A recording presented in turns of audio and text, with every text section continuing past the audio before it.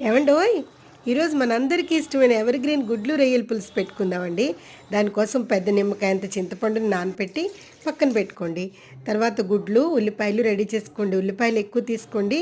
గుడ్లు ఉడకపెట్టుకుని అన్నీ కట్ చేసుకుని పక్కన పెట్టుకున్నాక మూకుడు పెట్టుకుని గుడ్లకి నాట్లు పెట్టుకోండి. ఉప్పు కారం బాగా పీలుస్తాయి. తర్వాత మూకుడు బాగా వేడెక్కిన తర్వాత దానిలో గుడ్లు వేయండి. నాన్ స్టిక్లా పనిచేస్తుంది.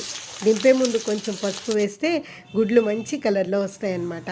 తర్వాత రొయ్యలు ఉంటాయి కదా, మనం ఎప్పుడైనా 1 కేజీ తీసుకుని వాటిని ఆగిలి పెట్టి పెట్టుకుంటే మనం ఏ కూరలోనే వేసుకోవచ్చండి, బాగుంటాయి.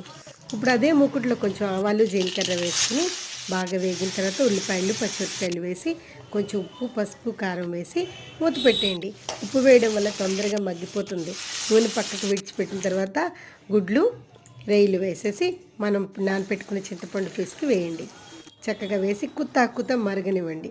తర్వాత కొత్తిమీర వేసి దింపేయండి.